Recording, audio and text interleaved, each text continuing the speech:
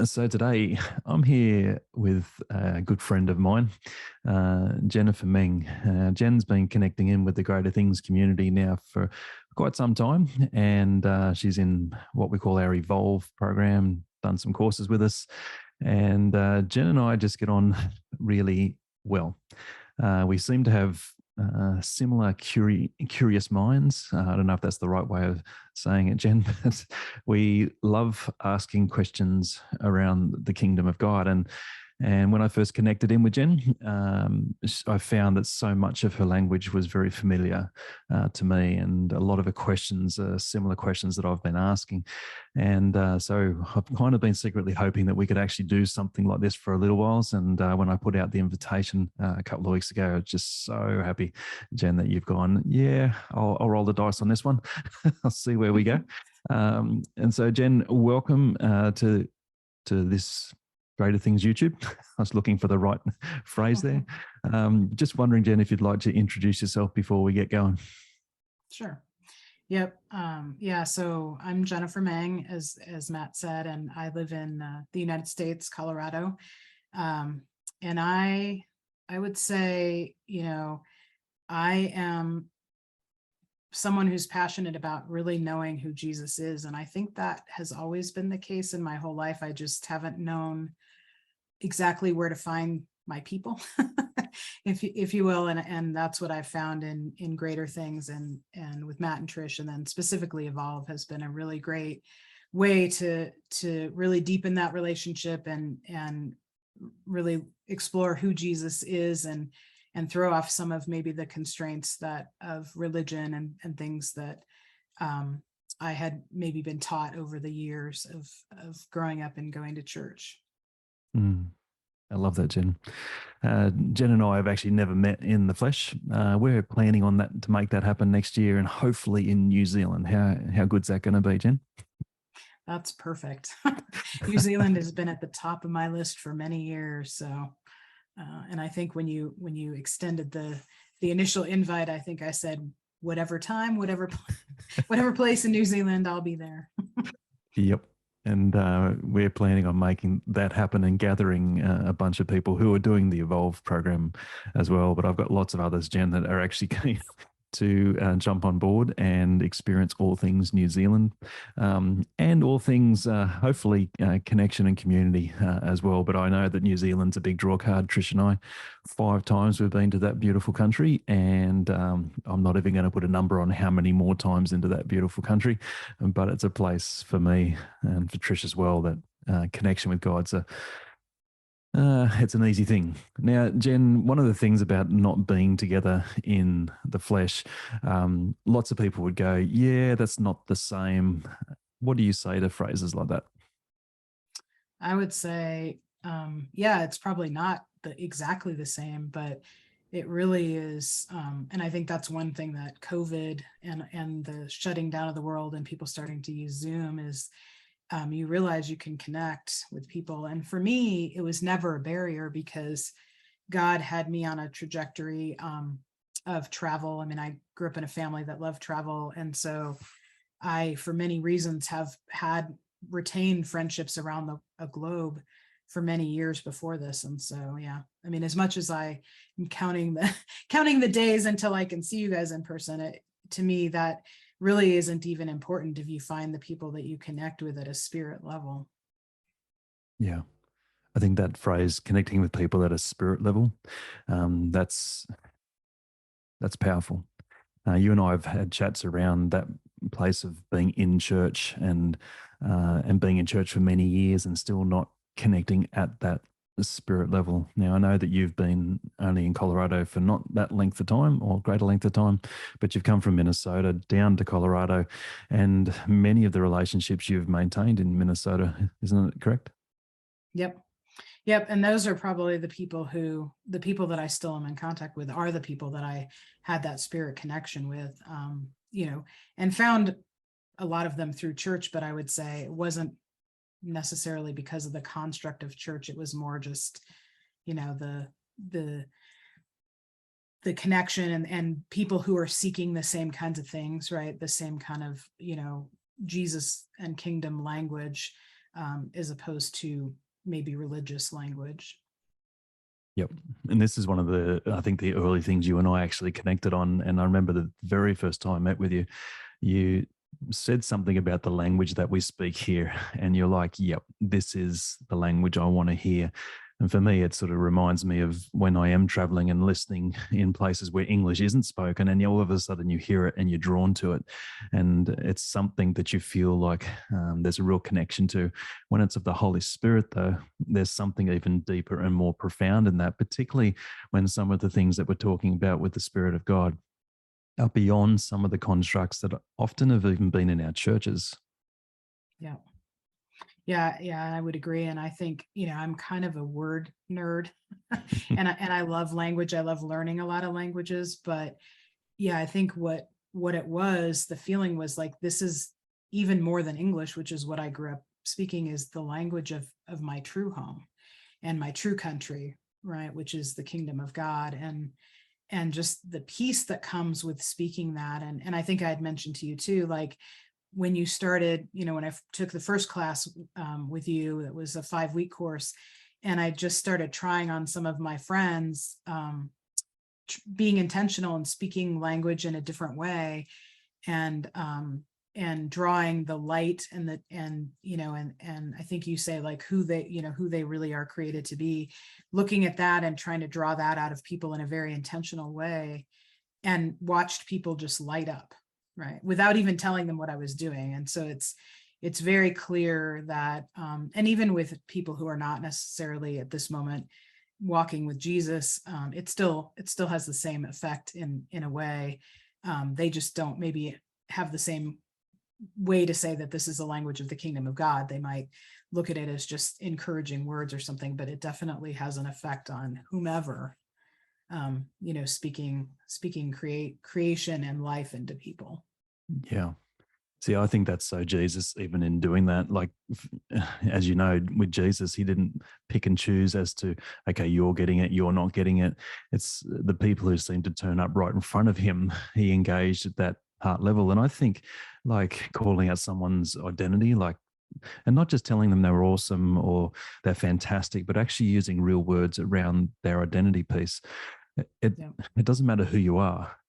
It calls them into a place of, wow, I've been seen and I've been heard. Like, I think of the woman in John chapter 4, where she comes along just looking to get a bucket of water, and Jesus then all of a sudden plunges her into this strange metaphor of the living water that never runs dry and will always quench an eternal thirst, and then unpacks the story right in front of her. And in the midst of that, he actually reveals that he is the Messiah. And like, I don't know how you get to that point from the start of, I don't have a bucket. Can I have a drink of water?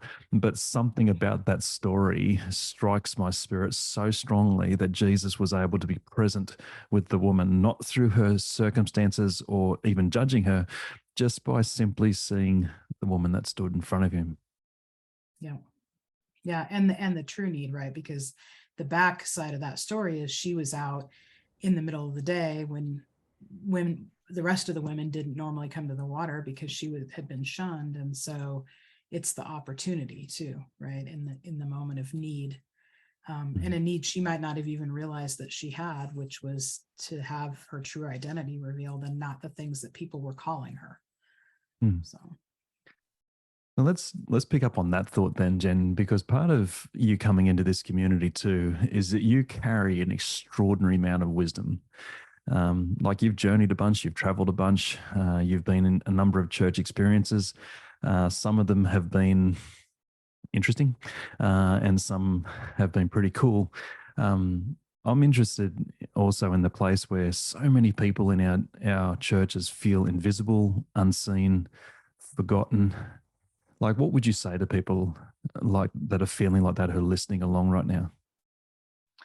I think I would say find find the place where you are seen, because I experienced that in churches at times. And particularly one church experience where it was, I think, if I could have a quarter for every time they said, Lord willing, you'll be married, which I am not. And it's not that I don't desire that, or, it's just not the path that God has called me to.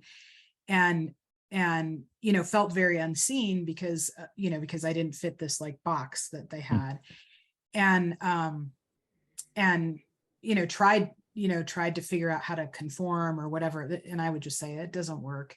If you're if you're in a place, you know, where you're not being seen, there's probably, you know, it's probably a good time to ask, is this really where I'm supposed to be? And, you know, and that was something that I even then would intentionally kind of look for those people who were on the, and I actually think I did that before I even really was a Christian. When I look back even to like school, I would sort of collect an eclectic group of friends who were always on the periphery. And I think people used to call me like, you know, in some ways a rebel. I don't mean rebellious, right? But sort of like that, like I, you know, I didn't play by the rules, or, you know, those things that people put on. And I think those are the language, that's the language of the world.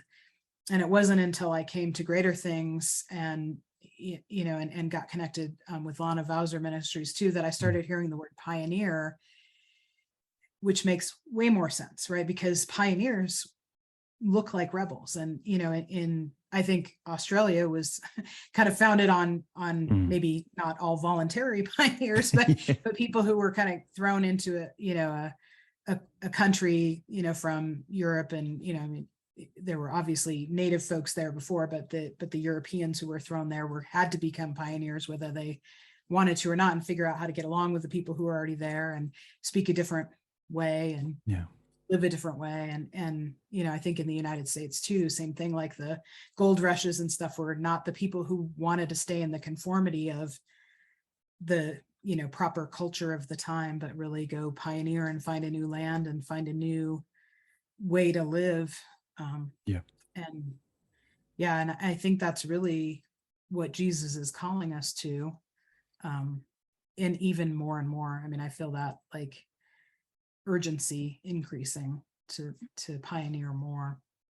Yeah, I agree with that so wholeheartedly. And so often, even as a pastor, you would be calling people, nah, just stay in those places because you might be there to bring all the change. You might be the one.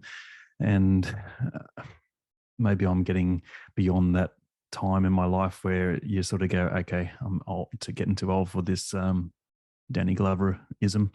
But inside of that, it's just this place where I think that the community that we're actually called into is something that you actually feel it as much as you understand it. And so it's a part of the language. Yeah, I agree. Absolutely, I agree.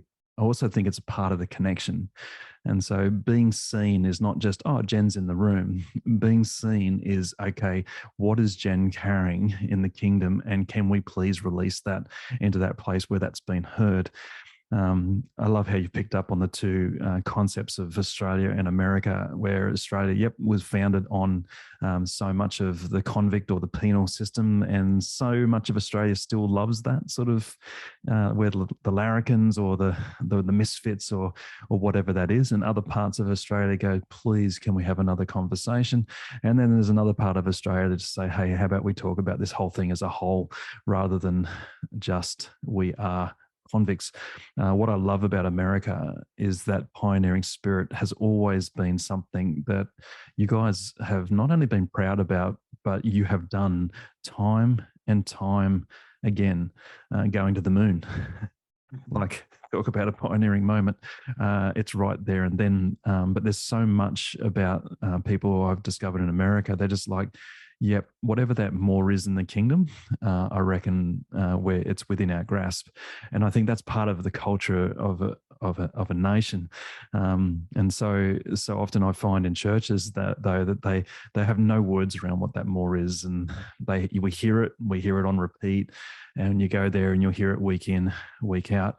But somebody like yourself, Jenn, that more becomes tangible as you ask a whole bunch of questions around those things of the kingdom. And all of a sudden you start finding people that are actually not only speaking the language, but you're starting to see the manifestation of God's love and God's spirit that's actually occurring in the lives and the hearts around you. Like, this journey for you, how long has it been? And have you felt moments of quickening where God's like, okay, we're just going to speed things up? Like, how's that been for you? Yeah, I think in retrospect, I think it's been a very long journey, because I, even in high school, when I was, I was raised in a Catholic church, and I remember thinking, this can't be like everything, right? But there was really no place to explore that at that time. And so there's been a lot of like seeking in different places and trying to find, right, the language of the kingdom. And I wouldn't have necessarily put those words on it. And then there was, the church that I went to that ended up being pretty controlling, and I would say, some spiritual abuse going on there. There was a period there where I thought, well, maybe God is calling me here to conform to this. Like, I'm supposed to make myself small. And that really just made me miserable. And I didn't do it well, right? Because we're not designed to be small. But I was still kind of labeled a troublemaker there, which I was fine with, because like, if that's the language you want to use, fine. But it was just simply because I was asking questions all the time. Like, is that really true? Or, and it was not like, not like, in a sense, undermining the authority of the church, but it was stuff like, well, Lord willing, you'll be married someday. But is that really what the goal is in life? Is that, just like we all get to this one end? And, and I often found then that it was in those questions that people would either go there, right, with me and be like, oh yeah, good question, or get scared and try and be like, nope, play by the rules, like get back in your box. And and I think partly just how God has designed me, it's even in, like, I see it in what I do for a living, and in every aspect of my life, there's a little bit of a rebel who's like, if you tell me no, I will like for sure push the envelope and ask more. Like, oh, don't ask those questions. Oh, well, then I'm going to even ask more. So. So if I say you can't come to New Zealand, that's just going to fire you up more to Right, be in New exactly. Zealand. Then I will be like booking a plane tonight and be there next week. But, yeah. See, Yeah. the pioneering heart and spirit is seen even in those moments. I'm interested in the language of making yourself small, because I think at times in our world where we're so scared of upsetting people, and there's more and more offenses that are being built in and around our world every single day. And sometimes I find it's just so hard to keep up with all of what needs to happen for I don't know, the world to keep spinning at times. But so often in churches, making ourselves small is putting your own vision at the cost of somebody else's, or even in relationships. And it doesn't have to be in husband and wife. It can be in friend to friend and sister to brother. Whatever it is, if we actually end up making ourselves small to fit in with someone else's agenda, I actually think we're actually taking ourselves away from God's design for our life. How do you feel about that? Yeah, I would completely agree. And one of the most tangible personal experiences I had with that is I was in a relationship with a guy and was praying about, and is this leading towards marriage kind of thing. And it was, I like to say it was a confusing relationship that nobody ever wants to be in, but somehow you end up in, and you're like, what is this anyways?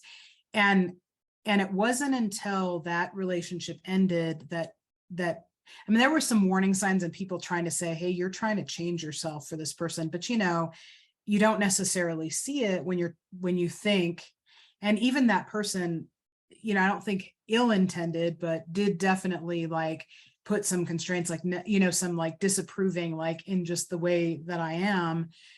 And so then I started to try and conform, right? Like, I need to be this. And probably one of the most healing and best moments was I was talking to a woman that I worked with at the time, and it kind of shared with her a little bit of what happened and how it blew up, because it was messy and it was ugly and in a lot of ways for me, right? And but God used all of that in good ways. And so we're talking one day and I was just saying it, and she just looked at me and she said, I don't even know how you could be that person that you would have had to be in a relationship, right?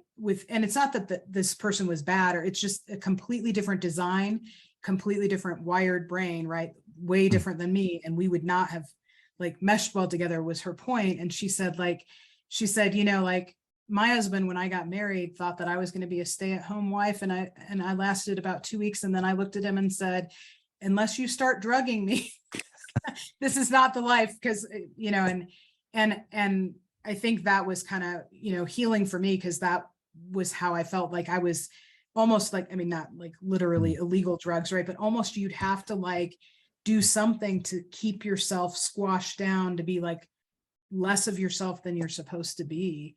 And, and I think also in that too, in embracing who I am, the good, the faults, right? Like, cause I'm not perfect, right? In embracing that, I have found more freedom, and also more moving towards like who Jesus has created me to be, right? So the rough edges and things start to lessen when you embrace all of who you are, versus trying to like squash yourself. And then those start to become more sharp angled, I would say. Yeah.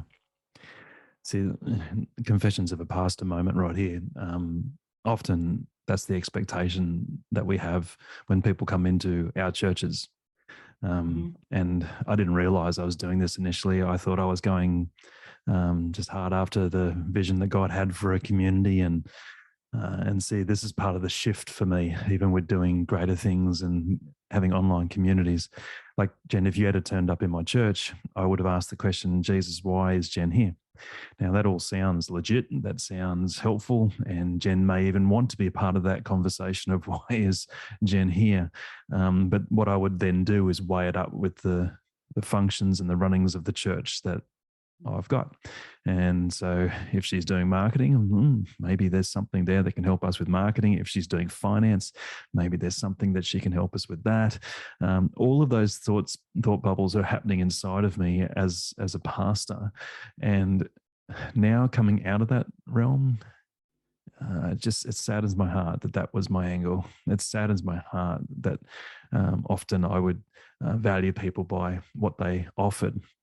And I'd use really good terms around that. Well, Jen is gifted in doing this, this, and this. And Jen will be able to really add to this particular ministry.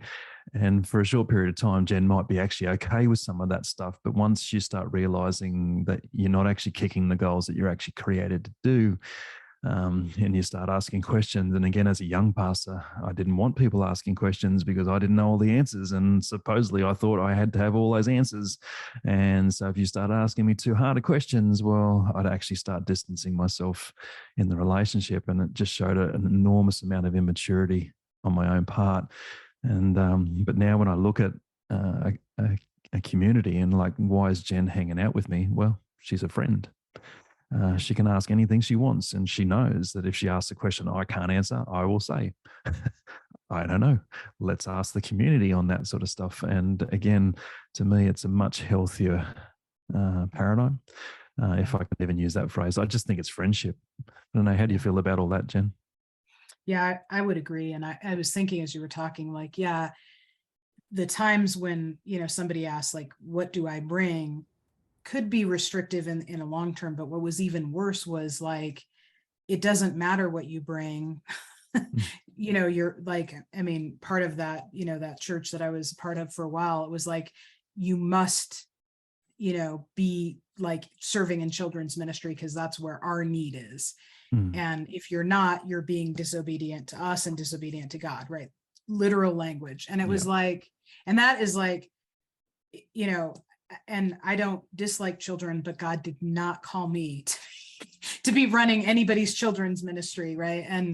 And so and so that was, I found, even more restrictive than when the times where they would actually go, oh wait, you're good at administration, let's put you in. At least then you were like, okay, something that I like actually feel like I could maybe accomplish. But either way, at the end of the day, it's really just, what are you doing for us, is kind of the language of that. And whether churches intend for that or not, it's kind of the way that it comes across. And then if you're trying to invite somebody who doesn't really know about church or whatever, they see that, they will run for the hills, right? Like, whereas I would say that the community that you and Trish have built, and thinking about Evolve and how that group, right, so there's 12 or so of us, right, that meet together. And it's like at the beginning, you're like, okay, we don't know everybody really well. And how's this going to work? Right. And we just start having conversations.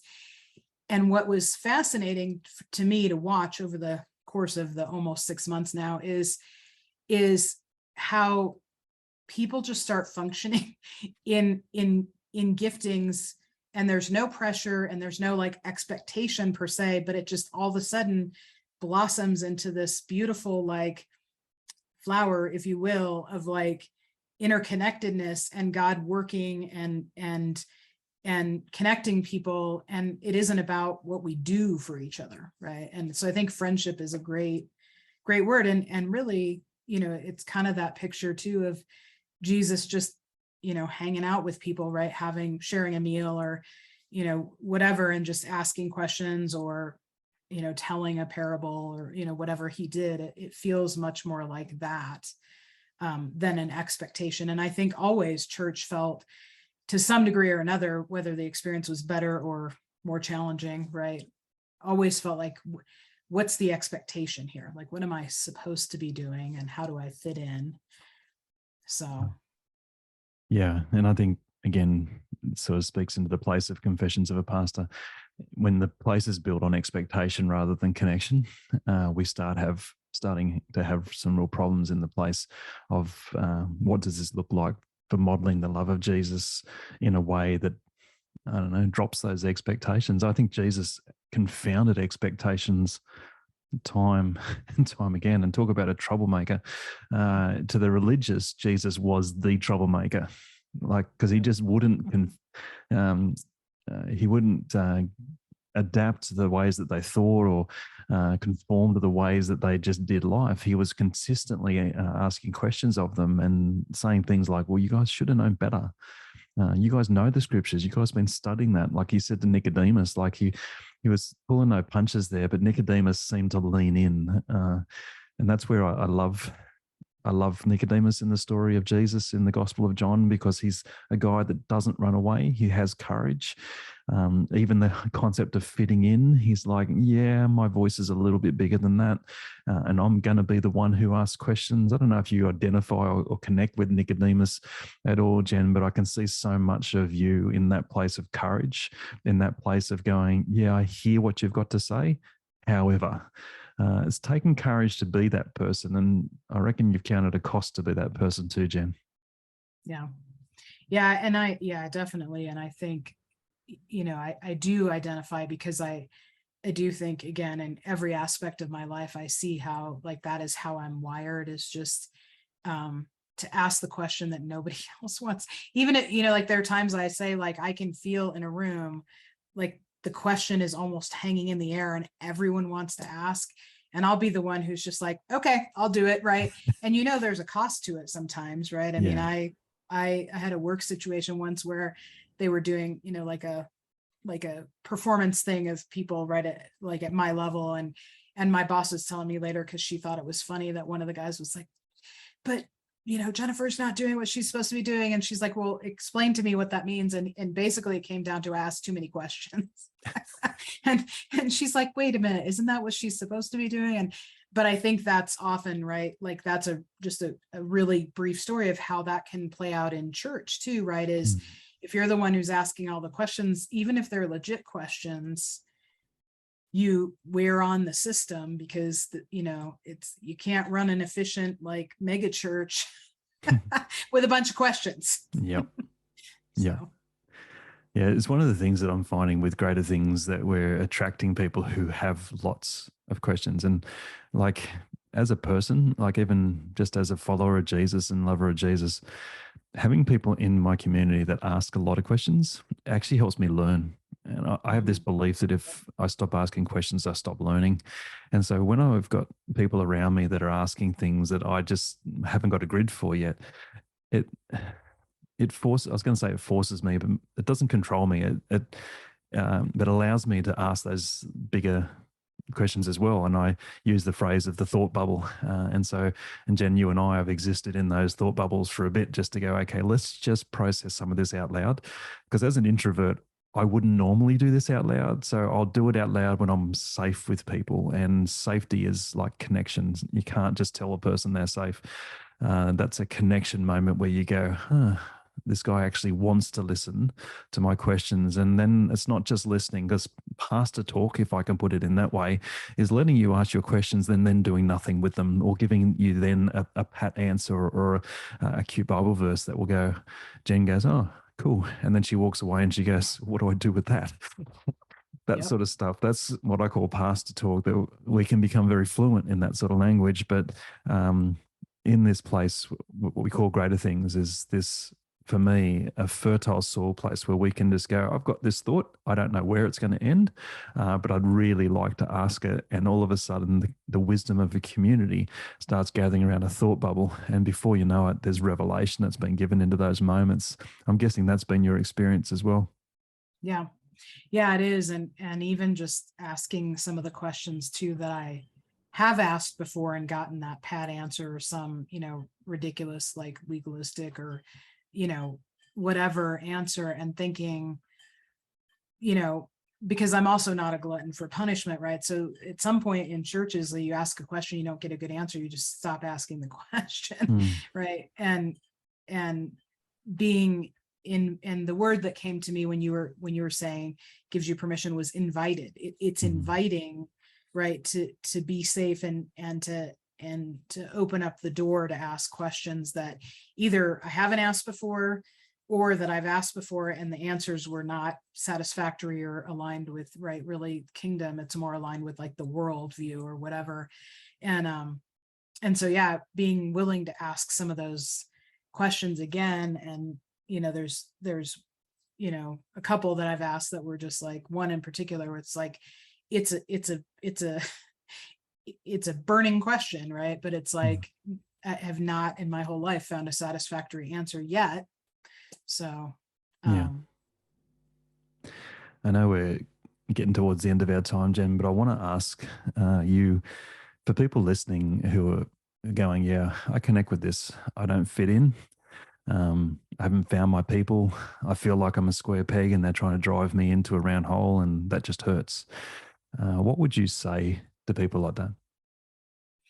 I would say come come join us, because I think, one of the things too that I love about this community is I look around and I think these are a lot of people, and I have a few friends from Minnesota that we've talked about this too, in that same connection way of like, we probably wouldn't have necessarily found each other and been friends without a construct that allowed, right? And so it's not about like same personality or same gifting or same anything. It's really just about a community that welcomes everybody. And I think you have said at times, right, like you recognize that every person has a unique representation of who God is and who, Jesus is in them, and it's intentional that God created us that way. So if we don't invite you to the conversation, we're missing a whole aspect of God that we might want to know and probably do.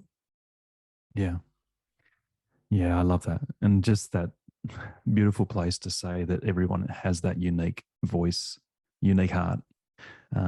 And one of the things I'd love is listening to what that is. And often people are going, oh, am I allowed to speak it? Am I allowed to share it? And it's just like, 100% you are. Because like you said, if you don't share it, then we're missing that aspect of God. Like Trish often pulls out the metaphor of the diamond and how many different facets there are. And by looking at the diamond, you see the heart of it, but you're looking at it through so many different facets. If we lose your eyes on it, again, it sort of taps into that place of Paul saying, when you prophesy, you're looking beyond the veil. If you're using one set of eyes with that, that's one viewpoint. But if you're using two, that's a double portion.